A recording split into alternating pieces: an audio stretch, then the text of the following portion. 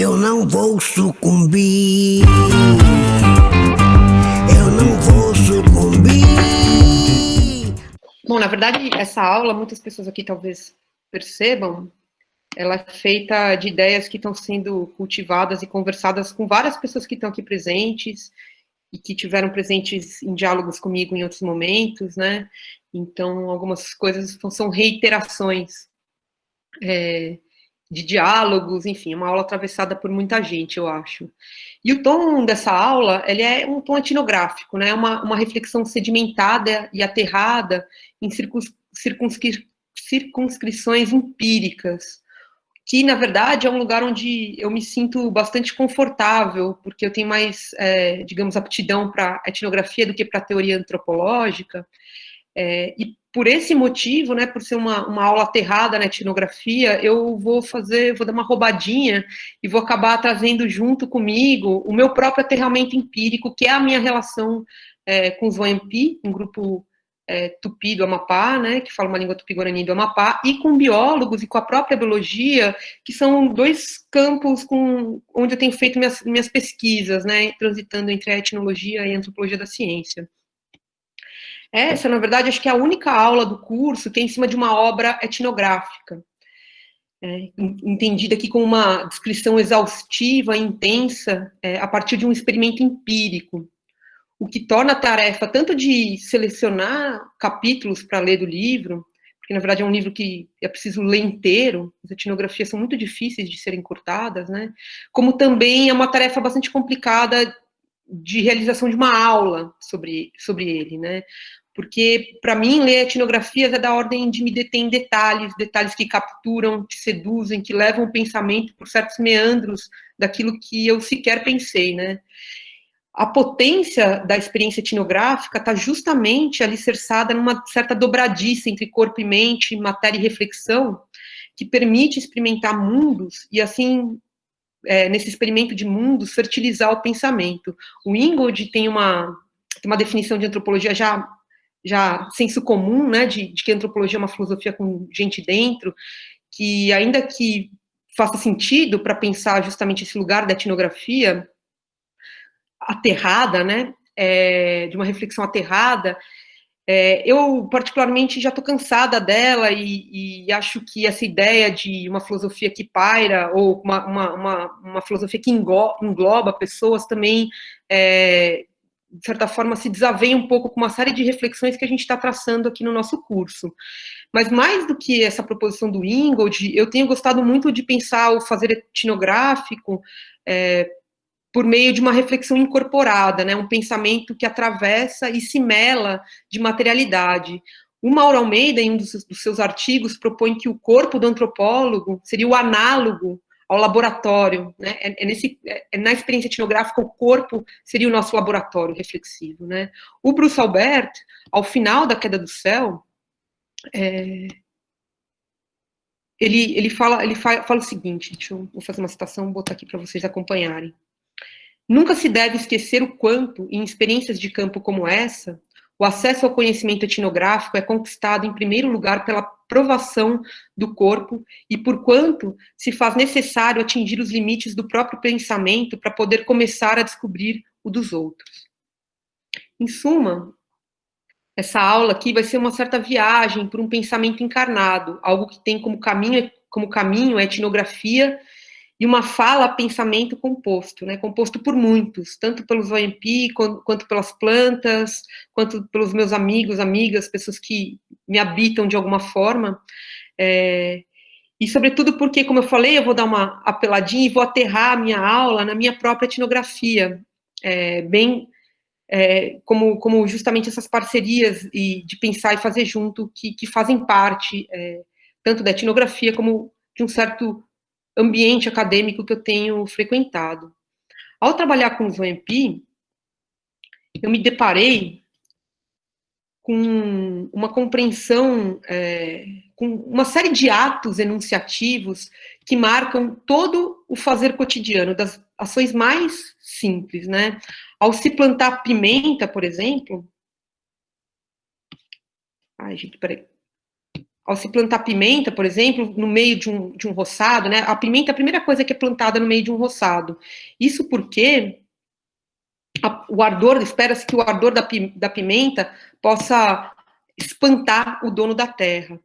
E quando se planta a pimenta no meio do roçado, não se planta, não se enterra só a semente, se deve dizer que se coma guariba, que se coma taial, que se coma anta, e assim por diante. Vai se listando todas as caças que a gente come com pimenta.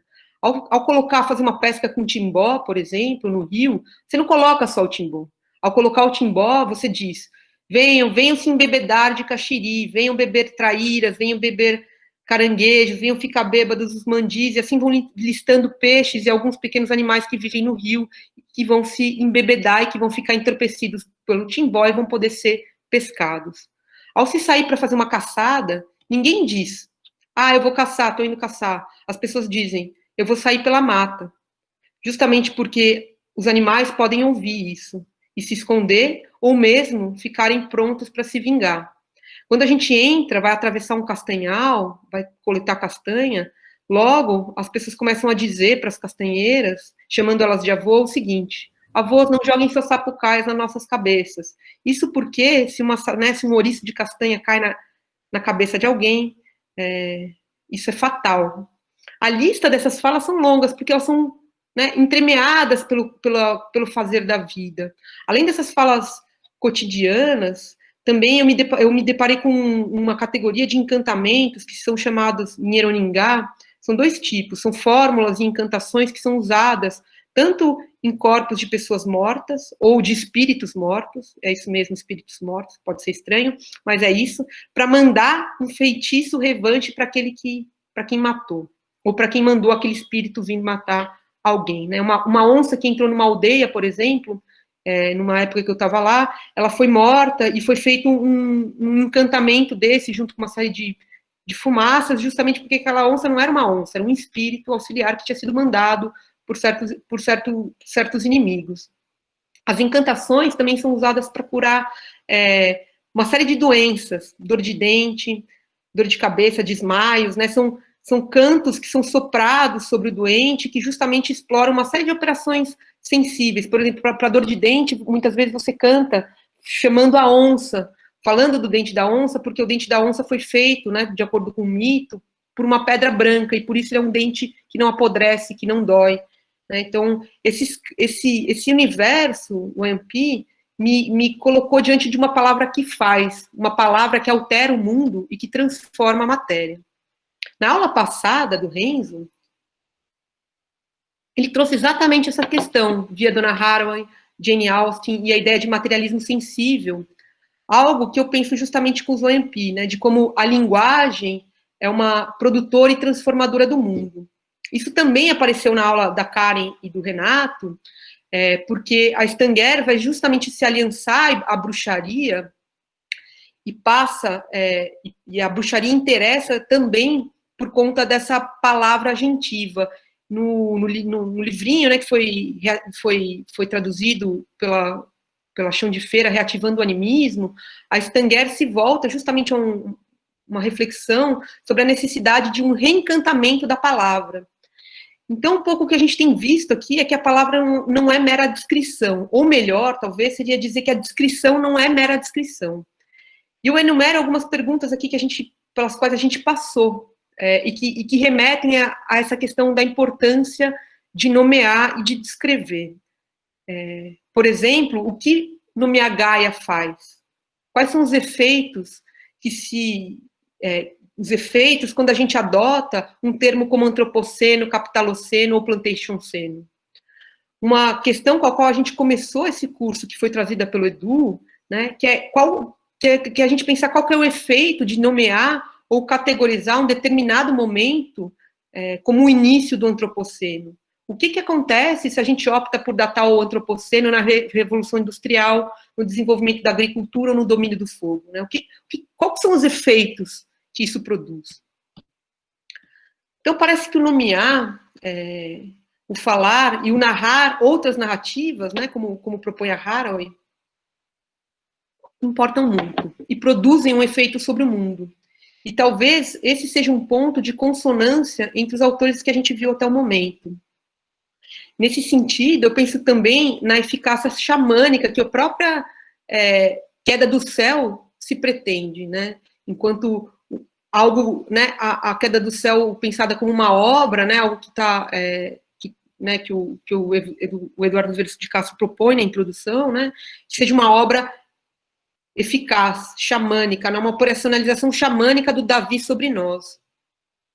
Em um dos artigos, Anna Tsing vai fazer a seguinte afirmação.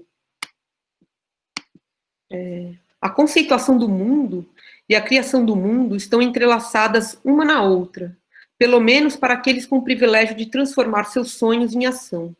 O relacionamento se dá nos dois sentidos. Novos projetos inspiram novas formas de pensar, que também inspiram novos projetos. E aqui, né, lendo esse trecho, assim, eu penso qual que é a potência que a gente pode, qual é o rendimento e a potência que pode ter entender essa ideia, né, essa ideia de transformar sonhos em ação depois de uma leitura da Queda do Céu, onde o sonhar não tem exatamente o sentido que a Anna Tsing está atribuindo à palavra aqui, que é de uma projeção futura, quase inalcançável, incerta, mas o sonho, né, que o Davi nos apresenta, na sua crítica epistemológica, a nossa forma de produção de conhecimento, como um acesso a uma outra dimensão, a uma nova experimentação e uma produção de sentido, que faz sentido, que não é da ordem da fantasia. Né? O onírico não fica nesse campo de uma psique individual, mas é pertinente ao mundo. Né? O que é possível, como que a gente pode reler essa frase a partir dessa ideia de sonho do Schopenhauer? A Anna Tsing, por isso, começa justamente a etnografia dela, né, o Mushrooms, que estava como leitura para hoje, com um marco filosófico. E os efeitos que esse marco filosófico teve numa certa configuração, criação de um mundo. Um mundo que parece que, na verdade, pesou sobre outros, que vem mesmo achatando outros mundos. Ela coloca o iluminismo como um marco de constituição do conceito de natureza desencantada, universal, passiva e mecânica. A gente pode lembrar, né, que a Isabelle Stenger, na Nova Aliança, vai colocar o Newton como um fundador importante dessa compreensão de uma natureza mecânica. Em outro momento, na invenção das ciências modernas, ela vai se referir ao Galileu como um marco, né, dessa criação de um certo estilo epistemológico que parte de uma natureza dada. Assim como o Chapin e Schaeffer, no trabalho deles, vai colocar o Boyle e o Hobbes como fundadores de uma separação entre natureza e política.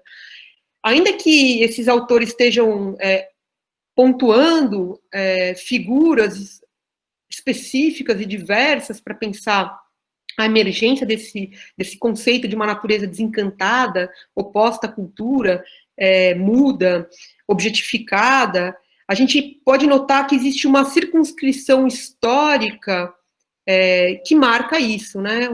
Um lugar de um pensamento europeu, né, do século XVII, na virada para o XVIII,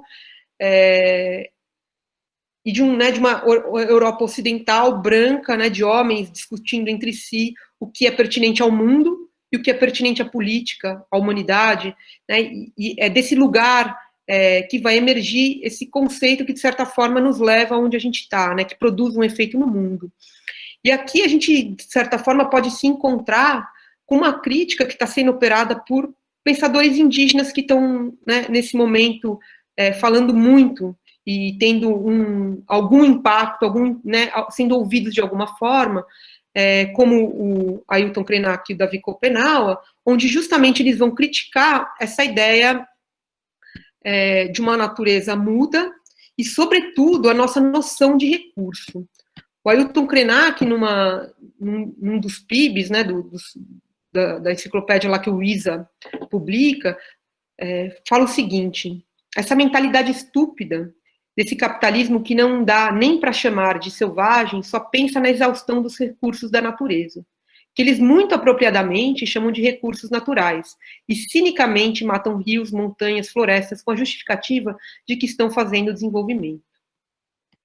Bom, quais são os efeitos do conceito de recurso natural no mundo? Qual sua eficácia?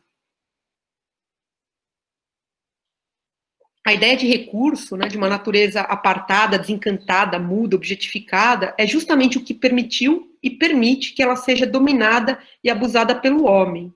E aqui eu falo homem intencionalmente, não humanidade, porque um dos pontos da Anna Tsing, da Haraway, da Stangers, né, vem de uma crítica feminista que aponta né, que tem, talvez, como start, justamente uma crítica de como as mulheres foram tratadas como algo mais pertinente ao polo da natureza, né? As mulheres são aquelas que são emotivas, pouco afeitas à racionalidade, impulsivas, e assim por diante, né? Então, o quanto as mulheres também foram colocadas nesse lugar da natureza, e se hoje a gente vê essa série de insurgências, o feminismo, sem dúvida nenhuma, foi uma ponta de lança nesse processo de uma série de insurgências assim, que fazem a gente pensar e problematizar esse lugar dessa natureza que pode ser abusada e dominada.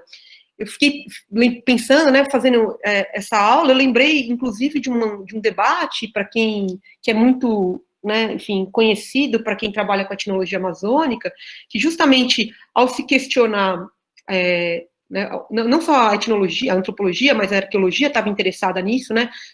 Tem uma questão que, de certa forma, é quase uma ideia fixa de por que na Amazônia você não tem sociedades de grande escala, sociedades estatais, né? Uma ideia fixa que, na verdade, diz muito mais respeito sobre nós do que propriamente sobre essas populações, e ainda assim a gente vê o tempo todo que essa ideia de Estado, ela é fundamental para o nosso pensamento, a gente não consegue se desaver dela, né? A gente começa o curso pensando nesse problema, né, do Estado e da emergência do Estado. E no debate da etnologia amazônica, então, você teve uma série de teorias que rondam aí essas áreas disciplinares da arqueologia, que falavam que por escassez de proteína, por questões de solos pobres, nunca se conseguiu aumentar e ter densidade populacional na Amazônia por restrições ambientais, né, limitações ambientais. Em certo momento, um antropólogo vai propor, né, alguns antropólogos, na verdade, vão propor que o que era escasso na Amazônia eram mulheres, tratadas como bens, né, sendo pessoas fundamentais para a produção da vida, né, para a produção da subsistência, para a produção da vida, né, e aí depois você tem a crítica feminista da Joanna Overing, que é uma das autoras importantes nesse cenário, justamente para começar a problematizar isso, né, que o quanto a nossa teoria sobre recursos, sobre natureza, sobre Estado, né, quanto esses termos que são caros para pensar a nós mesmos, acabam produzindo uma imagem completamente alterada dessas populações que dizem muito mais sobre nós mesmos do que sobre elas. Então, essa ideia de uma natureza mecânica, objetificada na forma de recurso, né, que justamente permite esse abuso da humanidade, na verdade do homem, tem como correlato a compreensão da humanidade como uma espécie excepcional, a única espécie dotada de cultura, que é apartada dos demais entes que são colocados justamente sobre a alcunha de natureza. Então a gente tem essa triste imagem de que a gente está sozinho nesse mundo. Mas tem algo que os Wayampi me mostraram, e antes dele, tantos outros povos que eu conheci pela literatura etnográfica, é que o mundo é povoado por outras gentes, o que requer cuidado na produção da vida. Tal como, na hora de plantar, de fazer uma roça, espantar o dono da terra, que pode causar uma série de infortúnios. Não por acaso, né, a Anna Tsing vai dizer que fica a cargo justamente dos contadores de história não ocidentais nos lembrar da vivacidade de todos os seres. E por isso que me parece fundamental trazer nessa aula a minha aliança com os Wayampi, assim como me parece urgente que a gente se alie a pessoas como o Ailton Krenak, o Davi Kopenawa, o Antônio Bispo, a Dierá Guarani, e assim por diante, né? Tanto sujeitos que acabam falando de uma perspectiva minoritária e, de certa forma, colocam um deslocamento da nossa compreensão sobre o nosso próprio mundo, que é o que a gente precisa para produzir algum efeito diante a crise que a gente se encontra.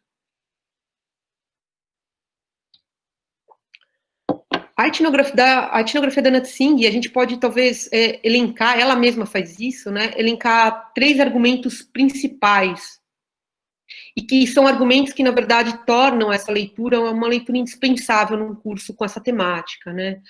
O primeiro argumento é de que domar e controlar a natureza é o que gerou a crise que nos faz encarar a possibilidade de pôr fim à nossa vida na Terra, levando, obviamente, junto com a gente tantas outras, algo que, na verdade, já tem sido amplamente realizado pelos processos de extinção, que vai ser um dos temas, acho que das próximas aulas, dada pelo Pedro Paulo.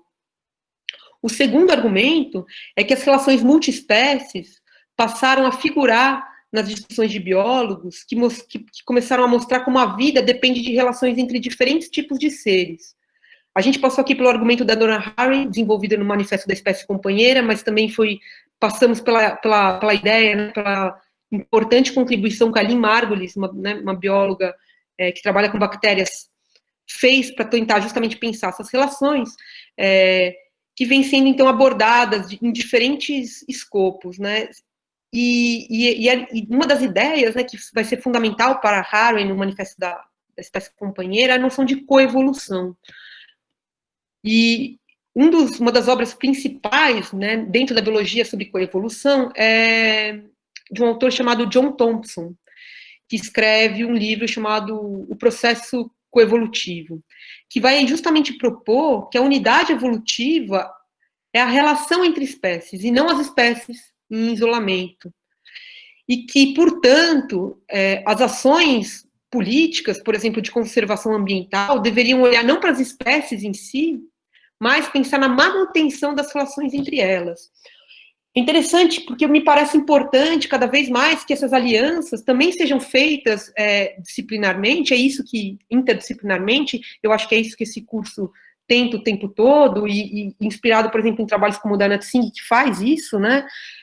Porque, por exemplo, o trabalho do Thompson, que é lido dentro da biologia, ele pode ser fundamental para se pensar algo muito comum hoje em dia, onde você tem áreas que você tem áreas de conservação ambiental, parques nacionais, vários tipos, né, de unidades de conservação, que normalmente, em grande maioria, são avizinhadas de terras tradicionalmente ocupadas por comunidades caiçaras, por comunidades quilombolas, por indígenas, e essas populações são impedidas de entrar nessas áreas, muitas vezes, porque essas áreas são entendidas como áreas que devem ser de pura natureza, como se houvesse uma natureza pura, como se não houvesse uma natureza da qual a humanidade não faz parte, né? Então, é muito interessante pensar como essas políticas conservacionistas, né, elas estão pautadas num conceito de natureza, né? Então, a gente vai vendo como isso produz um efeito no mundo,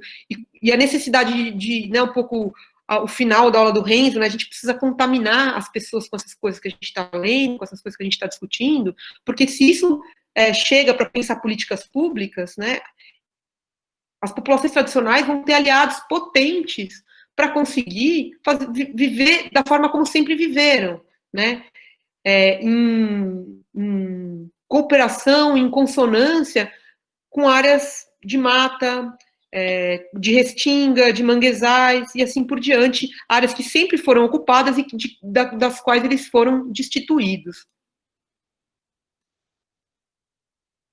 O terceiro argumento central do livro, né, é que mulheres e homens requerem ser inclusos no status dado a homem, né, aqui man em inglês, enquanto um sinônimo de humanidade.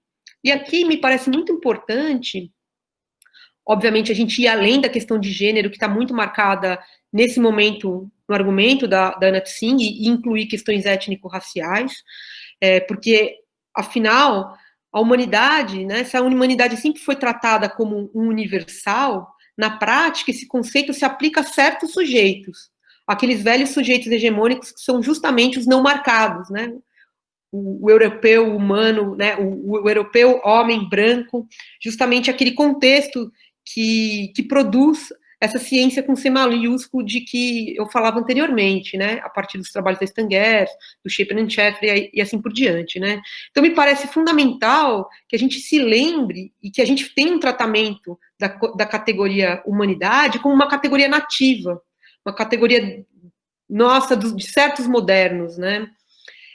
Numa entrevista recente, a Gerard Guarani justamente situa a ideia de civilização e, portanto, situa, né, e situa que eu estou pensando justamente na ideia de situar da Donna Haraway, ou seja, marca uma posição, ao situar a ideia de civilização, ela reboca e situa também a ideia de humanidade.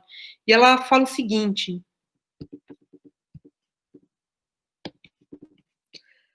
uma das coisas que digo para os mais velhos e para vocês, Juruá, em momentos de encontro, é que seria importante fazer antropologia na cultura de vocês, tirar o Guarani da aldeia para ele ficar na casa de vocês e observar vocês todos os dias, sentir, refletir, tentar entender, fazer relatórios e finalmente produzir uma tese de capa dura, bem bonita, com muitas páginas, fotografias, gráficos e referências a outros estudos para concluir e dizer aos Juruá para se tornarem selvagens, para que se tornem pessoas não civilizadas, pois todas as coisas ruins que estão acontecendo no planeta Terra vêm de pessoas civilizadas, pessoas que não são, teoricamente, selvagens. Bom, a humanidade, enquanto uma categoria universal, ou supostamente universal, ela guarda uma perversidade, porque joga um aparente jogo de universalidade e da extensão que, na sua dimensão oficiosa, deixa muita gente de fora. Me parece fundamental que toda vez que a gente ouça ou leia humanidade ao longo desse curso, a gente se lembre que se trata de uma categoria nativa, situada e que possui um jogo entre uma dimensão oficial e oficiosa. A menos quando quem diz humanidade é o Davi Copenaua, é o Nego Bispo, e outras minorias que ocupam posições onde humanidade quer dizer outra coisa. Vale lembrar que esse é justamente um dos pilares, né, da nossa grande teoria antropológica, digamos, para exportação, que é o perspectivismo ameríndio.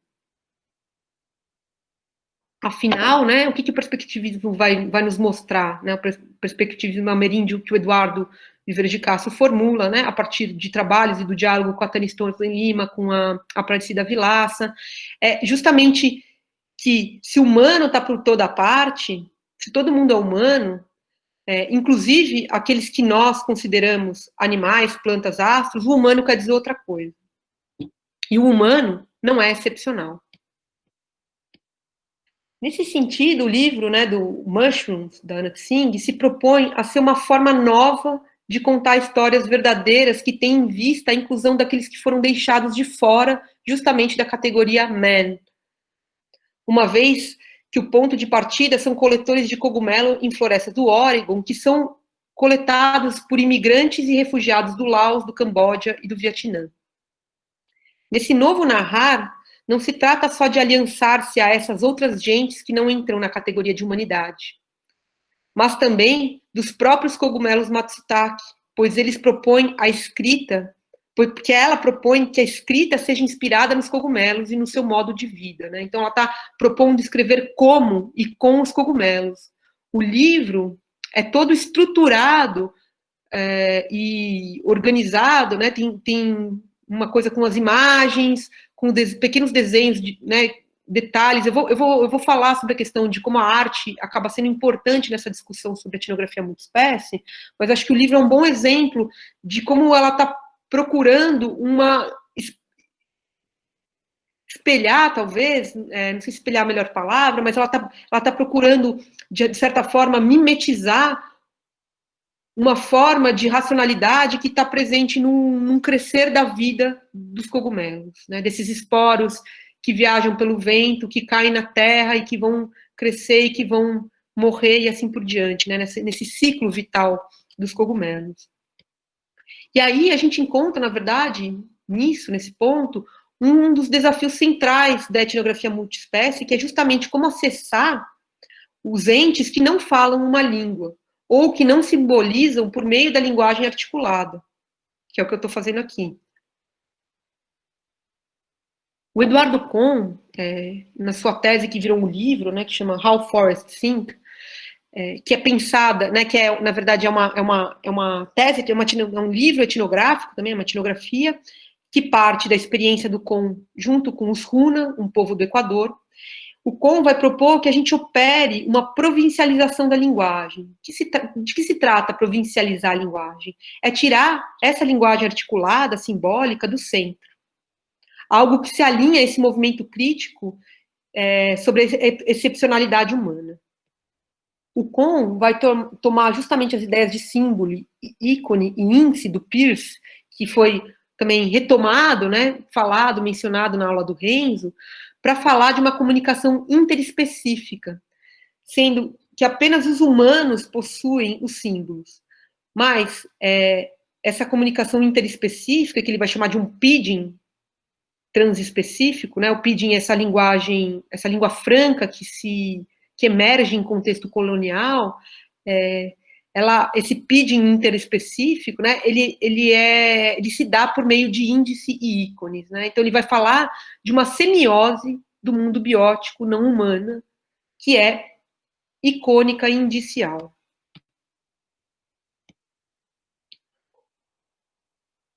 Aqui a gente pode, enfim, exemplificar isso de várias formas, né, eu selecionei um trecho em que a gente pode observar justamente o que o Eduardo Kon está chamando de comunicação, que não passa por esse lugar do simbólico, né? Eu não sei se vale a pena ler, eu botei aqui, eu estou achando muito grande. Eu vou pular isso, essa citação longa, para pensar em exemplos que eu consiga dominar mais, né, enfim, aqui no freestyle, que é, por exemplo, o atual achado, enfim, de que uma série de plantas se comunicam, avisam de predadores, uma árvore consegue avisar sobre predadores para outros indivíduos da mesma espécie por meio de substâncias voláteis, por meio... Fala, Stélio. Voláticas é bom. Voláticas é bom, tá. Saiu aí, ficou legal. Eu tenho esses problemas de... Não, ficou bonito. Voláticas. Fez sentido. Mas, enfim, essas substâncias voláteis que vão avisar, né? A árvore começa a produzir essas substâncias de defesa, e isso, né, enfim, pelo vento, chega, né, para outros indivíduos de árvore que passam a produzir as mesmas substâncias, antecipando a chegada dessas pragas, desses predadores. Algo que acontece também, né, uma comunicação que acontece também por redes subterrâneas, onde raízes de diferentes indivíduos arbóreos são conectadas por redes de micélio. Mas, então, essas formas de comunicação que não são verbais, né, elas acontecem em muitas instâncias. E o Eduardo Kon está pensando justamente nesses processos até durante o processo evolutivo, né? Ele está partindo de um biólogo, que é o Dacon, e ele está propondo a gente pensar numa ecologia de selfies, que é uma ecologia de comunicação entre esses entes heterogêneos que não dominam a linguagem simbólica, mas onde todos dominam a linguagem indiciária e icônica. E ele está falando de uma comunicação interespecífica que é bastante diferente daquela que a gente encontra na teoria do perspectivismo ameríndio, via xamanismo, né? Porque justamente o ponto do perspectivismo ameríndio é que as pessoas que possuem substâncias xamânicas, elas têm a capacidade, né, de trafegar por mundos paralelos, e elas conversam com o povo da anta, com o povo da cobra, e assim por diante, né, que nesse lugar falam a mesma língua que os humanos. Algo que a gente pode ver, né, amplamente no livro A Queda do Céu, quando o Davi Copenaua está falando sobre, né, o uso da Yanquana, né, do Paricá, da dimensão onírica, onde ele conversa com os Chapiri, com esses espíritos que viraram os animais que hoje habitam o plano terrestre. Então, me parece que não estou colocando isso para aparentemente criar uma simples oposição e contradição entre essas duas coisas, mas são coisas que estão dando, são ideias que estão dando conta de aspectos distintos de como a gente pode acessar e compreender esses outros seres. A ausência, né, de fala articulada e simbólica, então, nos apresenta justamente esses desafios comunicacionais, mas não impossibilita a comunicação. São desafios que estão postos por uma etnografia que se pretende multiespecífica. E aqui, né, diante desse desafio, a gente pode também recuperar a ideia do Latour de parlamento das coisas, porque a representação desses entes que não possuem linguagem articulada num parlamento se daria, segundo Latour, justamente por meio daqueles que dominam as suas respectivas comunicações indiciárias e icônicas, ou seja, o geólogo que consegue, por meio de índices, compreender uma camada estratigráfica como proveniente de ação humana, né, e falar, estamos entrando no antropoceno, de um botânico que consegue compreender, pelos índices e ícones da fisiologia vegetal, que as espécies de eucalipto sugam uma quantidade de água do solo gigantesca e produzem áreas desertificadas. Nesse parlamento das coisas, laturiana, contudo, me parece que é importante ter presente, né, e lutar para que estejam presentes aqueles outros sujeitos que também dominam outras formas de comunicação com esses entes, né, que não se representam a si mesmos, pelo menos para nós. Né, e o para nós aqui, eu estou falando, não é um para nós trivial, né, porque se essas plantas, esses animais, o solo não fala para nós, para uma série de outras pessoas, fala. Né? Então, é isso, para esses povos ameríndios que estão operando, conversando com esses entes via xamanismo, existe uma fala ali. E esse para nós vai atravessar daqui para frente alguns momentos dessa aula. E ele, obviamente, ele vem justamente dessa reflexão do perspectivismo ameríndio e de um dado, de uma descrição etnográfica do trabalho da Tânia Stolzen Lima, que fala que os Yujá, quando está chovendo, não dizem está chovendo, eles dizem chove para mim. Não há conhecimento em absoluto, objetificado, sem sujeito. Só há formulação e conhecimento subjetificado, né? É um outro jogo epistêmico. Nesse parlamento das coisas, então, me parece importante alargar ele para justamente começar a pensar a necessidade desses outros sujeitos que não os especialistas científicos e que dominam idiomas de como se comunicar com esses entes que não podem falar por si para nós dentro do parlamento. Né? Uma das áreas, né, eu trouxe aqui o exemplo dos eucaliptos, né, justamente porque uma das áreas retomadas pelos Guarani-Mbuá, na região de Parelheiros, aqui em São Paulo, extremo sul de São Paulo, foi uma área que foi expropriada da Mata Atlântica e dos Guarani para o plantio de eucalipto, e que teve como consequência justamente o secamento de olhos d'água dessa região, e com a retomada dos Guarani, junto com os Guarani, com os milhos, com as batatas Guarani, com tantas outras plantas companheiras, os Guarani trouxeram de volta a água e a diversidade para essa região. Então, essa aqui é uma imagem dessa aldeia, que é chamada Calipetã, e que é muito significativa, né? Essa é uma imagem 6 anos depois da entrada dos Guarani nessa área. E ela é muito emblemática de como a diversidade ela é trazida, né? Ela emerge, na verdade, ela emerge dessa convivência, né, dos Guarani com uma série de entes. E me parece que é fundamental para o parlamento das coisas laturianas que mais humanos ocupem esse lugar, né, que sejam capazes de trazer consigo nesse parlamento idealizado, sonhado, outros tantos não humanos.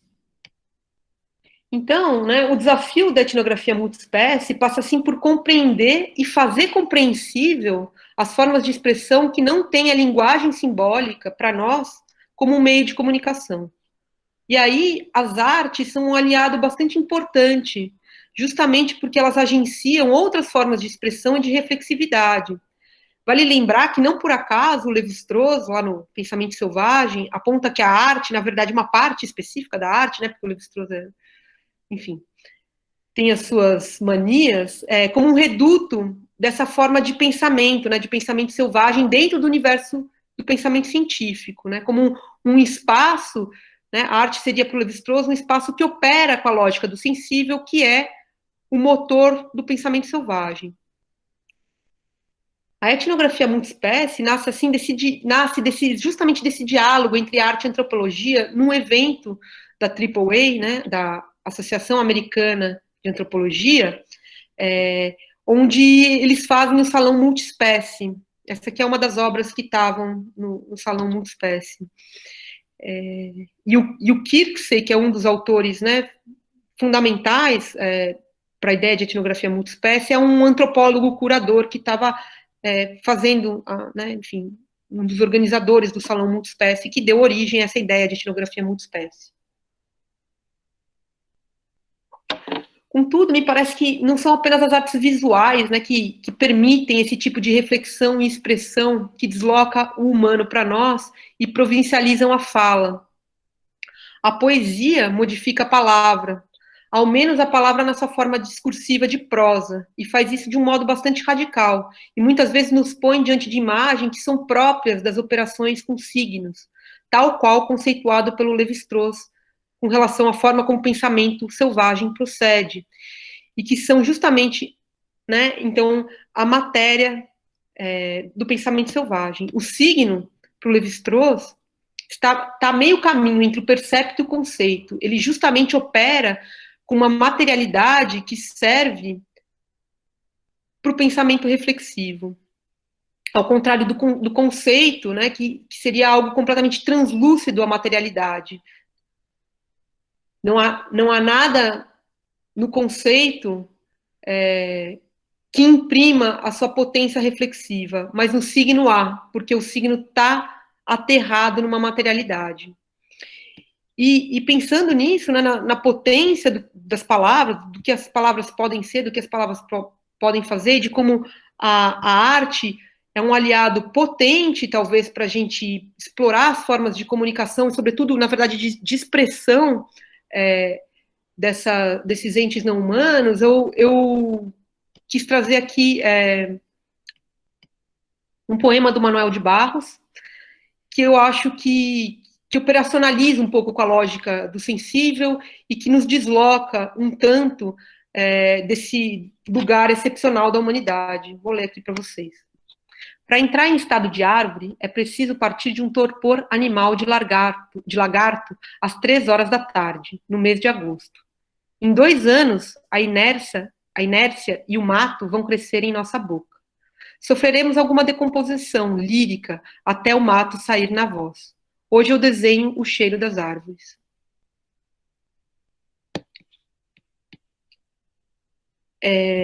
Eu trouxe mais um poema do Manuel de Barros, porque é difícil escolher um, eu gosto muito dele, que fala justamente sobre o lugar da palavra, que é um dos fios condutores, ao menos deveria ser, dessa aula, que eu gostaria de ler também. É o menino que carregava água na peneira. Tem um livro sobre águas e meninos. Gostei mais de um menino que carregava água na peneira. A mãe disse que carregar água na peneira era o mesmo que roubar um vento e sair correndo com ele para mostrar aos irmãos. A mãe disse que era o mesmo que catar espinhos na água, o mesmo que criar peixes no bolso. O menino era ligado em despropósitos. Quis montar o alicerce de uma casa sobre o orvalho.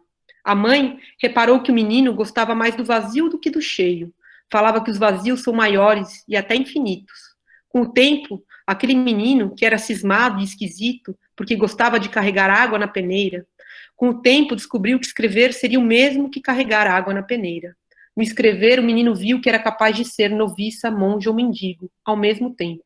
O menino aprendeu a usar as palavras, viu que podia fazer peraltagens com as palavras, e começou a fazer peraltagens. Foi capaz de interromper o voo de um pássaro, botando um ponto final na frase. Foi capaz de interromper o voo de um pássaro, botando ponto final na frase. Foi capaz de modificar a tarde, botando uma chuva nela. O menino fazia prodígios, até fez uma pedra dar flor. A mãe reparava o menino com ternura. A mãe falou: meu filho, você vai ser poeta. Você vai carregar água na peneira a vida toda. Você vai encher os vazios com as suas peraltagens, e algumas pessoas vão te amar por seus despropósitos. Então, esse lugar da palavra que pode tomar muitas formas e que age sobre o mundo, e é disso que a poesia também trata, né?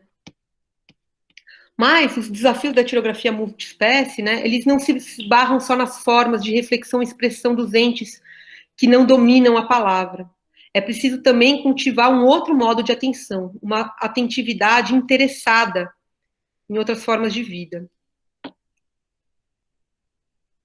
Essas questões estão justamente presentes nesse artigo inaugural da ideia de etnografia multiespécie, que é do Ibn Kirksey, né, que é esse antropólogo curador, e do Stephen Helmreich, que tem um artigo chamado Emergência, né, o primeiro, onde aparece a primeira vez o termo etnografia multiespécie, né, e o título é Emergência da Etnografia Multiespécie, e nesse artigo que eu coloquei para leitura, que foi traduzida pela Climacon, que é do Kirksey com Van Doren e com Munster, né. Então, eles vão falar da importância desse educar de uma outra atenção. E a antropologia, né, enquanto uma ciência fundada na ideia grega de anthropos, uma humanidade grega, se esbarra justamente com o desafio de lidar com uma outra forma, o desafio de lidar de uma outra forma com aqueles que não se encaixam na nossa categoria de humanidade, dando centralidade a esses entes, uma vez que muitos dos povos pelos quais a antropologia tradicionalmente se interessa colocam esses entes como centrais na sua sociabilidade. Sem um aparato epistêmico, né, a antropologia sem um aparato epistêmico para lidar com esses entes não humanos, precisa fazer alianças. As alianças, oficialmente, né, da etnografia multiespécie, têm se dado com artistas e com outros cientistas, aqueles das áreas das ciências biológicas, ambos justamente versados em outras formas de comunicação que permitem um acesso e expressão de plantas, animais, solos e assim por diante. É justamente isso que a gente vê nos estudos multiespécie, uma aliança com a zoologia, com a botânica, com a ecologia, com a geologia, e os seus respectivos humanos. E aqui pode parecer estranho, né, porque eu estou falando, né, da botânica, da ecologia e dos seus respectivos humanos, fazendo uma certa inversão do sujeito na frase, mas eu faço isso pensando justamente na proposta do Bateson, que me parece um autor, entendo ele como um autor fundamental e que inaugura todas essas questões que estão sendo debatidas aqui, né. Alguma das autoras que a gente leu aqui, a Donna Haraway, se refere muito ao Bateson, né, o Kohn vai falar do Bateson também, e a compreensão do Bateson, a ideia do Bateson de mente, que é uma mente que está no mundo, né, de uma epistemologia que não é uma epistemologia humano-centrada, mas é uma epistemologia que se espraia e que é uma epistemologia que é mundana no sentido literal, né, que está no mundo. Por isso falar, né, por isso formular isso, né, de que essas áreas específicas, né, essas áreas disciplinares da ciência, possuem humanos, e não o contrário. Contudo, eu tenho certeza que os antropólogos que estão aqui ouvindo essa aula devem estar justamente lembrando agora dos Nuer, do Evans Pritchard, do Coral Gardens, do Malinowski, que talvez os arqueólogos aqui presentes devem estar lembrando do Pigs for the Ancestor, do Roy Rappaport, entre outras tantas etnografias clássicas, que podem ser citadas, onde vacas, inhames, porcos tomam a cena, né? E se perguntar, afinal de contas, o que a etnografia multiespécie traz, né? Se a antropologia sempre, ou né, a etnografia, a boa etnografia sempre colocou em pauta esses entes não humanos. Se a etnografia multiespécie, por um lado, né, insiste na aliança entre áreas disciplinares, de modo a borrar essa fronteira natureza e cultura numa certa epistemologia, justamente a etnografia executa há muito tempo esse borramento de fronteiras, mas sem refletir desse modo e formular nesses termos, né? Eu acho que a novidade da etnografia multiespécie está na reformulação de algumas questões que poderiam estar dadas em trabalhos bastante antigos e inaugurais, né, da nossa disciplina, mas como as palavras importam e o narrar importam, essa reformulação ela é muito pertinente. E eu acho que essas etnografias que eu citei aqui, elas e qualquer boa etnografia faz isso, né? Faz uma aliança, ou deveria fazer, né? Porque a boa etnografia deveria, no mínimo, fazer essa boa aliança, fazer uma aliança com aqueles com os quais a gente passa a pensar junto, e de outra forma. Ou seja, né, eu entendo que essas etnografias que eu citei aqui trazem as vacas, os porcos e os inhames no primeiro plano, porque estão pensando com os Nuer, com os trobriandeses, com os Hagen, assim como eu tentei pensar com os Wayampi, assim como tem colegas tentando pensar com quilombolas e assim por diante. Né? Então, talvez seja próprio àqueles que se propõem a pensar com se render a uma não centralidade do humano. Nesse sentido, eu acho importante também pontuar uma série de teses e pesquisas brasileiras que parecem operar de uma maneira muito potente e um pouco diferente desse esquema da etnografia multiespécie, uma vez que as alianças que estão sendo travadas são muito mais amplas do que exclusivamente com biólogos e artistas, e são alianças muito potentes que estão sendo feitas justamente com esses interlocutores indígenas, quilombolas, entre outros, né?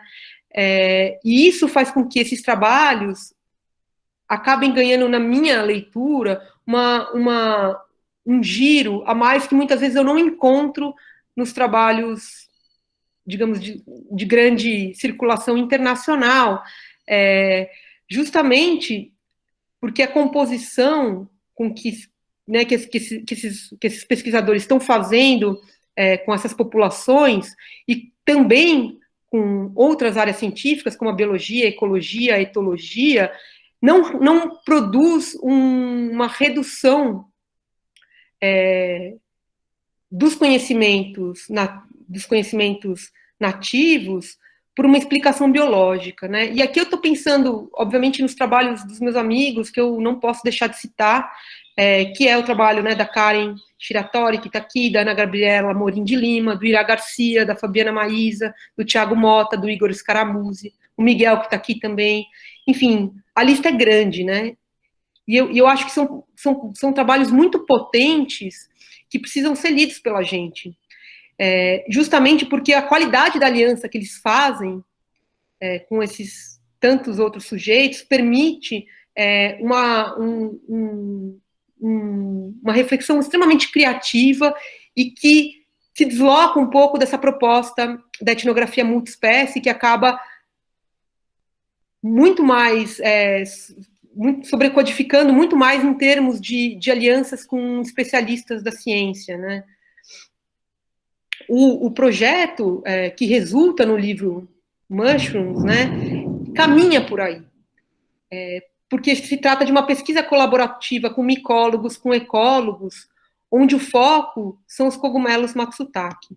É uma etnografia que começa com os coletores imigrantes do Camboja e do Laos, produz uma aliança com esses coletores, lá nas florestas do Oregon, e segue por uma cadeia de comercialização dessa iguaria, que são os Matsutake, que inclusive pode chegar a $100 uma única unidade, até os seus consumidores, né, ela vai percorrer essa cadeia até os seus consumidores principais, que estão no Japão, onde os cogumelos saem de uma rede de comércio de luxo para um sistema de dádiva, onde eles se tornam presentes. Ninguém no Japão compra Matsutake para consumo próprio. Os Matsutake passam, então, por uma cadeia onde começam como troféu de liberdade para esses coletores, que conseguem fugir dos trabalhos do subemprego nos Estados Unidos, que restam aos imigrantes, né, e passam a ser coletores dessas florestas. Os cogumelos passam, então, por um processo de alienação, se tornam mercadoria para terminarem, então, como dádivas em pratos bastante aromáticos no Japão. Para os imigrantes refugiados, que são coletores desses cogumelos nos Estados Unidos, a coleta de Matsutake é um troféu de liberdade, pois justamente esse modo de vida permite com que ele se reconecte a uma forma de vida que foi abandonada violentamente nos seus países de origem. A coleta, ela vai descrevendo, né, esses processos de coleta, uma coisa lindíssima, e ela é quase uma caça, onde os coletores vão justamente percorrendo índices e ícones para conseguir achar os cogumelos que muitas vezes não estão aparentes, mas estão sob o solo ou sob uma camada de matéria orgânica. além de estarem espalhadas por uma área bastante vasta. Sem patrão, os coletores autônomos não se subjugam ao trabalho em ritmo capitalista e conseguem uma experiência que é compreendida por eles mesmos em termos de uma vida livre. Os Matsutake crescem em florestas perturbadas, em associação com determinadas espécies de árvores, do gênero de pinos e dos carvalhos, nas florestas de áreas que foram devastadas outrora, e também, né, no caso das florestas americanas, e também, no caso, nas Santoyamas, que é uma floresta comum no Japão, e que é o resultado também de perturbações. Aqui né, o ponto etnográfico do livro é justamente uma diversidade contaminada. E eu quero passar um pouco mais devagar sobre as Santoyamas. As Santoyamas são florestas com gente dentro, florestas antrópicas, onde a vida camponesa habita, abrindo espaços para o plantio, com criação de animais, derrubando árvores para pegar lenha e assim por diante, né? Aqui uma descrição da própria Anna Tsing sobre as Santoyamas, uma definição, talvez. Santoyama inclui campos de arroz, caminhos, jardins, canais de irrigação e florestas plantadas, bem como matas, mas as matas entendidas como uma composição de formas humanas e não humanas. Os Matsutake crescem, então, muito bem nessas florestas Santoyamas, mas, com o êxodo rural e a diminuição da vida camponesa no Japão, as Santoyamas se modificaram sem os seus humanos, companheiros. Espécies de carvalho e louros, bem como uma espécie de bambu, passaram a dominar a paisagem, e os Matsutake ficaram raros, perderam as suas espécies companheiras por excelência, que são os pinos, que crescem justamente num processo de sucessão secundária e diante de uma mudança de regime de luminosidade das matas, onde a ação humana é fundamental. Anna Tsing vai nos contar, justamente ela tem um artigo que ela vai falar, ela vai citar um caso de uma área de Santoyama que foi cercada e isolada, teve o seu uso e entrada proibido, justamente por um ideal de uma natureza pura, né? Não pensar das Santoyamas, né, enquanto uma área florestal antrópica, né? E nessa área cercada, o que aconteceu foi justamente que os Matsutake desapareceram e que, com o tempo, a diversidade vegetal também diminuiu, porque as árvores, sem essa mudança, né, dos regimes de luminosidade, por conta da interferência humana, as árvores maiores, né, as espécies de árvores maiores crescem, formam um dossel que impede, então, uma diversidade de outras espécies habitarem esse lugar. Essa descrição das Santoyamas, né, para quem trabalha na Amazônia, tem várias pessoas aqui que trabalham na Amazônia que devem estar pensando justamente isso. É muito familiar ao que a gente conhece por uma teoria inaugurada pelo William Baley, sobre como a biodiversidade amazônica ela é proveniente das práticas de agricultura itinerante de coivara, de povos pré-colombianos e presentes, né, povos atuais. Trabalhos de arqueólogos, botânicos e mesmo de antropólogos, né, alguns, né, na verdade, a antropologia tem menos impacto nessa área, mas a gente tem pessoas aqui que são importantes nessa discussão, como, né, a Juliana, o Eduardo, que justamente são trabalhos, né, que estão demonstrando cada vez com mais robusteza como a alteração, a atuação humana dessas populações amazônicas, alterando o regime de luminosidade, as mudanças de solo, o descarte de semente, entre outras ações onde a agricultura é um eixo articular importante, produzem uma floresta mais diversa. E aí, eu gostaria brevemente de apresentar como os Wayampi compreendem e produzem os seus deslocamentos pela floresta, orientado justamente por um jogo entre habitar um espaço de vegetação madura, que a gente pode chamar de floresta, por meio da agricultura, e posteriormente abandonar essas áreas para que outros habitantes ocupem esses lugares, num jogo de mobilidade e transformação. Vou rapidamente aqui passar por um esquema da compreensão Wayampi desse jogo entre roça e floresta, né? Bom, A roça, né, ela é feita, então, no suporte, o ideal é derrubar uma área de vegetação madura, que é entendida, quando se escolhe uma área onde a vegetação de árvores grandes, maduras, é considerada boa, plana, não tem formigas, etc., eles vão chamar aquilo de um suporte de floresta, qual uma categoria, né, eles delimitam a área, brocam, né, que é derrubar as árvores pequenas com facão, depois derrubam a machado, essa área é deixada para secar, depois que seca, eles jogam fogo, depois das primeiras chuvas, né, com o esfriamento dessa clareira queimada, começa, então, o plantio, e se instaura o que eles chamam de copual, uma roça nova. Depois, essa roça vai crescendo, se torna uma roça jovem, até se tornar uma roça madura, que é a época em que a roça é mais visitada e onde se colhe a maior quantidade de mandiocas, né? A mandioca é um marcador muito importante para qualificar essa temporalidade dos roçados. E depois que eles já coletaram praticamente toda a mandioca, essa roça se torna uma roça que eles vão chamar de uma roça velha, que passa a ser, então, deixada de ser frequentada com frequência e de ser cuidada, e ela vai sendo invadida por uma série de espécies vegetais e mesmo animais que vão trazendo justamente a floresta de volta, né? Ela vai se transformar um embaúbal, passa para a fase de embaúbal, depois para uma fase que eles vão chamar, que eu estou traduzindo aqui, né?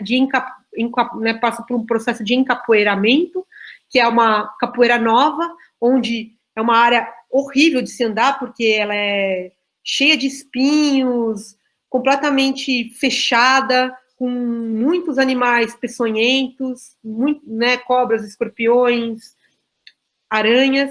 Aí ela passa a ser, com o tempo, né, essa área vai crescendo, essas plantas herbáceas vão diminuindo, e se tem uma capoeira, que eles chamam de capoeira velha, e então chega nesse estágio aqui, que se chama Issauepá, que é um estágio onde essas plantas da sucessão, que são essas plantas mais herbáceas e de pequeno porte, elas somem. O dossel da floresta se instaura, das grandes árvores, e o sombreamento faz com que essas plantas menores não sobrevivam, e aí você tem a qualidade, né? O que significa Issauepá? Eu acho isso lindo. Significa ver longe. E justamente está falando da qualidade dessa área florestal, onde você consegue ter uma visão mais ampla. Que nas áreas de capoeira, o campo visual ele é muito pequeno. Então, depois passa por uma fase que é o que eles falam, né? Literalmente significa as árvores cresceram mesmo, então, para uma fase que é floresta mesmo, se tornou floresta de novo, e pode, então, ser derrubada para uma produção de um novo roçado. Esse processo todo aqui, que eu passei por essas categorias no IMP, ainda, né, são detalhados por eles na composição vegetal de cada estágio das espécies, nos animais que frequentam e em como os animais dispersam, ao trafegar por essas áreas, dispersam uma série de sementes, plantam essas sementes, e por isso essas áreas vão sendo consideradas roças de tucano, roça de cutia, roça de uma série de animais e também de espíritos que vão falando desse ciclo extremamente complexo do processo de retomada da floresta de uma área que foi, né, destituída pelo processo de criação de roça e de aldeia, né? As aldeias também são abandonadas a certa altura. Então, essas paisagens, isso aqui eu estou descrevendo a partir do Zwampi, porque obviamente é mais confortável para mim, tenho isso na ponta da língua, mas isso está sendo descrito pelo trabalho de vários colegas, né, e está sendo descrito também pela arqueologia, ao olhar sítios arqueológicos, né, o trabalho da Laura Furquim está falando disso, né, de como olhar qual eram as composições vegetais por meio dos fitólitos dessas áreas que foram habitadas, né. Então, essas paisagens amazônicas que estão sendo descritas aí, elas são compostas por uma assembleia polifônica, né, de ritmos e ciclos de vida heterogêneos que se coordenam.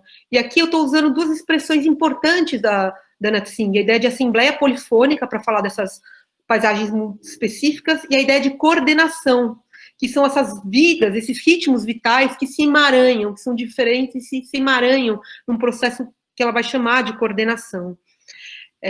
Então, essas paisagens amazônicas, assim como as Santoyamas e outras paisagens multiespecíficas, que a gente pode, né, que estão sendo descritas, observadas e experimentadas, compartilham uma das premissas principais da etnografia multiespécie. A premissa de que a vida se faz em comunidades de entes heterogêneos, entes diversos, de que a vida é feita de histórias entrelaçadas, de co-constituições, de coevoluções. Por sua vez, as Santoyamas, e a gente pode estender isso a essas outras paisagens muito específicas, onde os humanos são um entre outros agentes habitantes, possuem uma antítese, que são as plantations. A plantation, tal qual o signo, né, no sentido levi-straussiano, é alçada pela Natsing a um elemento reflexivo a partir de uma materialidade histórica, que é a situação, né, a situação colonial no Novo Mundo, dessa forma de plantação. A ideia de plantation permite compreender justamente como o progresso opera de forma a aumentar seus projetos sem mudar as estruturas de seus fundamentos. Enquanto um conceito fundado nessa experiência histórica colonial, a plantation tem então a cana de açúcar, né, uma espécie exótica plantada por clonagem, em um sistema de cultivo que estabelece poucas relações interespecíficas e que usa a mão de obra escrava. Pessoas consideradas menos humanas ou incivilizadas, que foram igualmente retiradas de forma violenta dos seus enredamentos, dos seus lugares de origem. As plantations, então, são um sistema de alienação onde o corte das relações é realizado de forma dupla, né?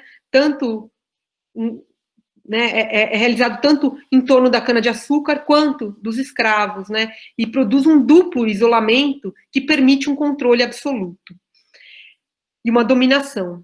Essa capacidade de aumentar e de mudar de escala sem ajustes no projeto e sem ajuste de sua estrutura é o que ela denomina, né, o que a Natsing denomina de escalabilidade.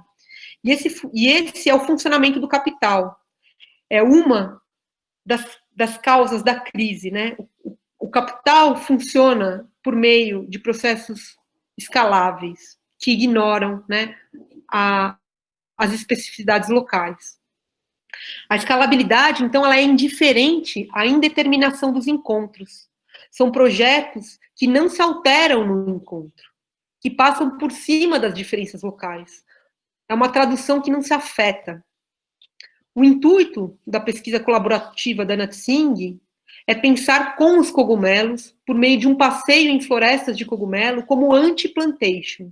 Ela vai advogar por uma teoria e por uma prática da não escalabilidade. E as florestas de cogumelo permitem construir uma crítica a essa escalabilidade, né? Então, aqui de novo aparece algo que já foi reiterado de formas diferentes aqui nessa aula, que é como uma experiência, uma experiência de produção de modo de existência, né, que coordena uma série de vidas, ela permite uma transformação do próprio pensamento, né, uma transformação epistemológica, né, algo que é isso, remete à proposta do Bateson. Então, se as Santoyamas, assim como as florestas, né, as florestas amazônicas, são uma antítese das plantations, por se constituírem como uma assembleia polifônica, os coletores de cogumelos também estão distantes da escravidão. Apesar disso, em sua cadeia de comércio global e em sua ecologia ligada ao pinus, que segundo a Natsing é uma nova cana-de-açúcar, faz com que os Matsutake sejam dependentes da escalabilidade, mas da escalabilidade em sua condição de ruína. Por isso, os cogumelos seriam bons aliados para lidar com esse mundo que está perecendo. Ela vai dizer: o desafio para pensar com a precariedade é entender os modos como projetos para a escalabilidade têm transformado paisagens e sociedade, ao mesmo tempo que notar onde a escalabilidade falha e onde as ecologias e economias não escaláveis irrompem. Ela está muito interessada nessa falha. da escalabilidade. É isso que ela, né, é isso que ela enxerga nessa etnografia como algo potente. Ela vai dizer que a escalabilidade e a não escalabilidade não são respectivamente ruim e bom, né? O ponto não é esse. O ponto que diferencia projetos escaláveis e não escaláveis é justamente que o não escalável é mais diverso, porque não está preparado para a expansão, ou não está interessado na expansão. A crise em que a gente se encontra, né, ela advém desse modus operandi do capitalismo, dos processos de escalabilidade e da compreensão da matéria-prima como algo da ordem do dado, do objeto mudo, do recurso a ser explorado pela espécie excepcional, que é a humanidade para nós. O que faz essa etnografia muito potente é ter como cerne os cogumelos entranhados em cadeias relacionais muito diversas, né? Encontramos diálogos com, né, o que a gente encontra no livro? A gente encontra o diálogo dela com os imigrantes e suas condições de trabalho, os conhecimentos refinados que esses coletores têm sobre a ecologia florestal, onde os matsutake crescem. Ela passa por um enfrentamento das cadeias comerciais, o que a faz retomar os processos capitalistas, enfrentar o processo, né, enfrentar uma etnografia do capitalismo. Em uma certa inspiração marxista, com as ideias de alienação do trabalho e mais-valia, ela vai abordar justamente, né, nesse enfrentamento etnográfico do capitalismo, a invisibilização das cadeias produtivas, olhando para um lugar empírico, o Walmart, onde muitos outros imigrantes acabam trabalhando, sendo que um dos interlocutores dela foge dessa estrutura de trabalho para se ver livre coletando cogumelos. O Walmart, assim como outras instituições, e sobretudo ela vai fazer uma comparação com a operacionalização do código de barras, né, que procede para um processo de universalização dos produtos, né? Então, o que o código de barra faz? É tornar qualquer produto legível por uma máquina, né? São todos universalmente legíveis em qualquer uma das gôndolas espalhadas mundo afora. E a própria forma de produção do Walmart, né, opera com essa ideia de universalização e ignora, escamoteia, na verdade, as condições de trabalho e os danos ecológicos provenientes de cadeias produtivas particulares e locais com a qual se conecta, né? Então, o Walmart incentiva a produção mais barata possível, independente das condições de trabalho e danos ecológicos que são causados justamente em países com legislações trabalhistas e ambientais mais frouxas, inviabilizando essas grandes cadeias produtivas, né? Porque, no fim, o que o Walmart vende, e a marca própria do Walmart, ela é produzida na Tailândia, né? Ela vai falar do caso da Nike também. Então, como essas grandes empresas estabelecem cadeias produtivas extremamente longas a ponto da gente tornar, né, a ponto de invisibilizar o elo inicial da produção. A universalização, então, né, é a característica do capitalismo que permite a expansão sem levar em conta as especificidades locais. A universalização, que também se replica no âmbito epistemológico com a ciência, né, mas aquela ciência com C maiúsculo, né, que a Stangers fala. E sua pretensão, né, essa ciência com C maiúsculo, que se pretende universal, um conhecimento independente do sujeito e, portanto, objetivo, e que igualmente solapa diferenças, operando com uma noção universalista de humanidade, entre outros conceitos totalitários que impedem justamente a emergência de outros pensamentos, de outros modos de existência. Daí a necessidade de uma outra ciência possível, né, essa formulação da Stangers, e de nos aliarmos ao que Stangers chama de práticas aventureiras, que tem, né, a ideia de práticas aventureiras que ela vai desenvolver no Reativando o Animismo, né, tem justamente nas ciências experimentais o seu melhor exemplo, uma ciência que dança, que justamente reage e compõe com as diferenças emergentes localmente. Eu não tenho dúvida alguma que a etnografia comprometida, né, está no rol dessas práticas aventureiras de saber. E quando eu falo em etnografia comprometida, eu estou aqui justamente pensando na formulação do Bruce Alberto, no final da Queda do Céu, na ideia dele de pacto etnográfico, que tem como base um engajamento mútuo entre o antropólogo e seus interlocutores, algo que permite um livro como A Queda do Céu. E que tem também como, né, o pacto etnográfico para o Bruce Alberto, tem também como cerne, o que ele vai falar de uma constante vigilância epistemológica e ética. Eu, particularmente, não gosto dessa ideia de vigilância, fiquei super incomodada com isso, porque é muito policialesco, né? Mas talvez, né, a ideia é essa constante atenção epistemológica e ética, né, que a gente precisa ter no nosso trabalho etnográfico. Algo que pode ser igualmente pensado na chave de habilidade de responder da dona Haraway, que o Renzo apresentou para a gente na aula passada. A etnografia, junto aos Matsutake e as suas espécies companheiras, as espécies companheiras dos Matsutake, que incluem nessa categoria os micólogos, os coletores imigrantes, os comerciantes e os consumidores, permite um pensamento e uma epistemologia não escalável. Sua aposta, né, a aposta da Anat Singh, é que as investigações de economias pré-capitalistas, e aqui eu fico pensando que se ela fosse uma americanista, ela não falaria em pré-capitalista, né, esse é o termo dela, ela falaria talvez em contra-capitalista, né, inspirada no Clastres, inspirada nas populações ameríndias, né, então essas economias pré-capitalistas, elas podem ser locais para nos ajudar a repensar a autoridade do capitalismo.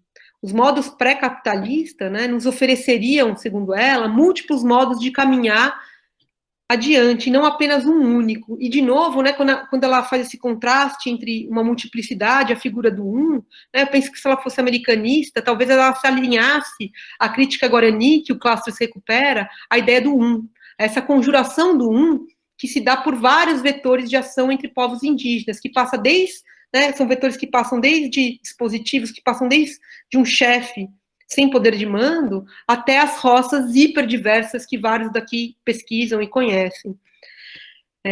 Um dos pontos da Anat Singh é que esse modo pré-capitalista, e como eu sou uma americanista, eu vou falar contra-capitalista, pode ser visto justamente numa brecha do capitalismo, como é o caso do Matsutake, que percorre outros circuitos além do circuito capitalista, né, além do circuito do capital.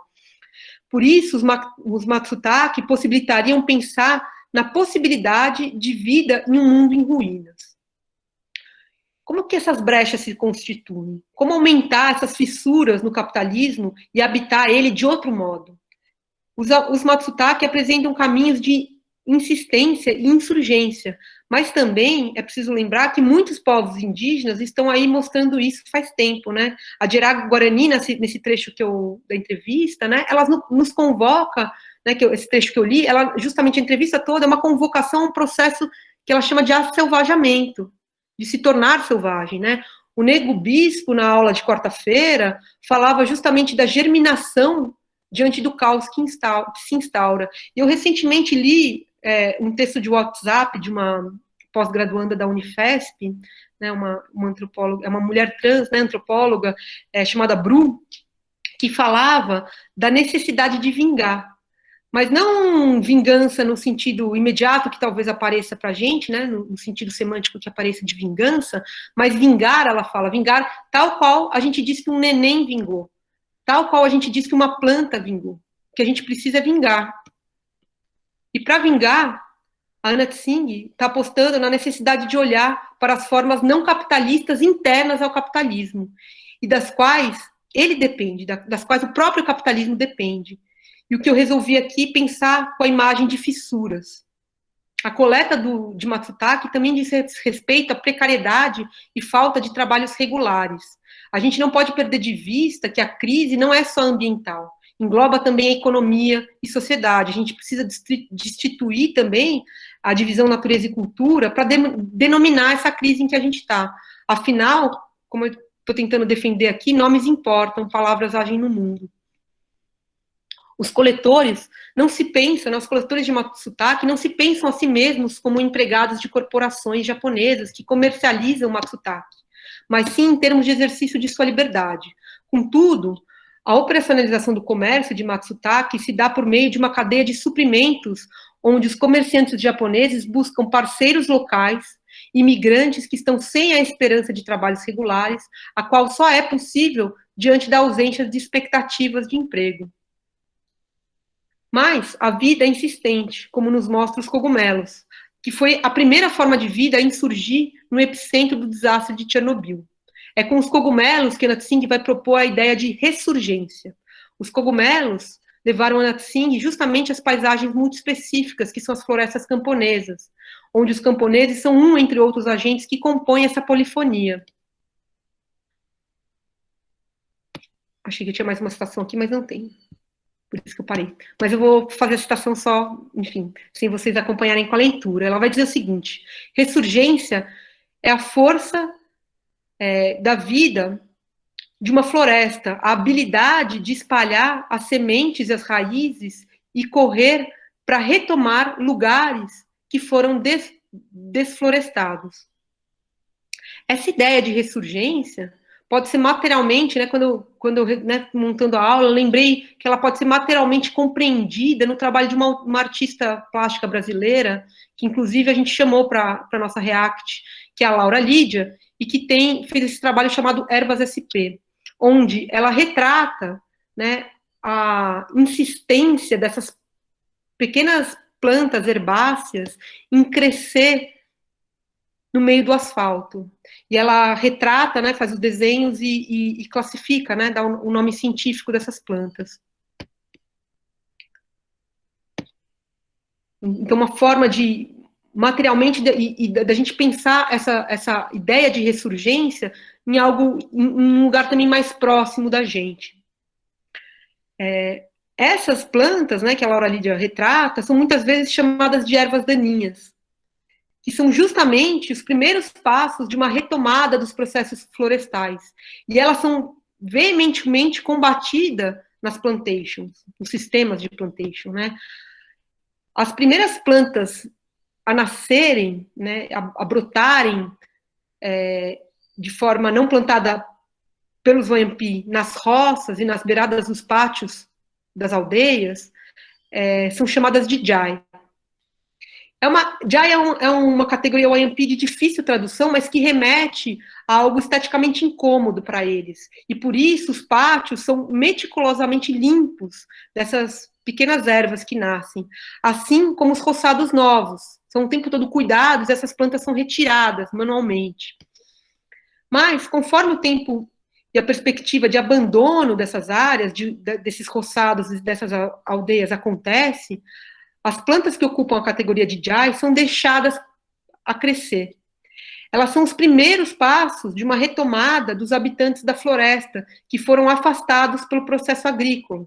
Depois, essas plantas herbáceas vão se achegando também, brotando e vingando em baúbas, uma solanácea lenhosa, e depois árvores de pequeno porte, até chegar às portentosas árvores como sumaúmas e angelins.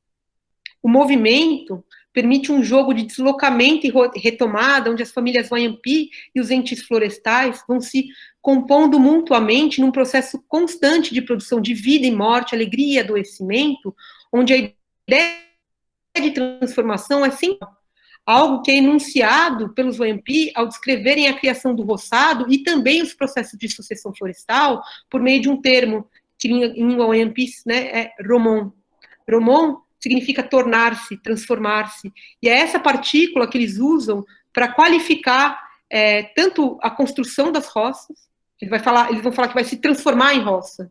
Né? Quando eles estão fazendo roça, eles estão falando, estamos transformando esse lugar em roça. E depois, quando a capoeira chega, né, o processo de encapoeiramento acontece, eles vão falar que está se transformando em floresta. Por sua vez, né, as plantations, na sua forma mais atualizada, compõem justamente, né, o contraste aqui com as linhagens de soja transgênica que tiveram a sua genética modificada para resistir aos banhos de glifosato.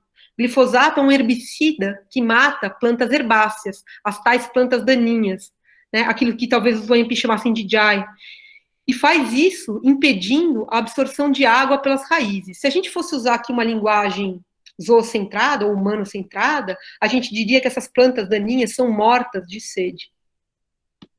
A Anna Tsing insiste na importância de retomarmos as florestas camponesas, tal qual encontradas por ela na Finlândia, no Japão e mesmo nos Estados Unidos.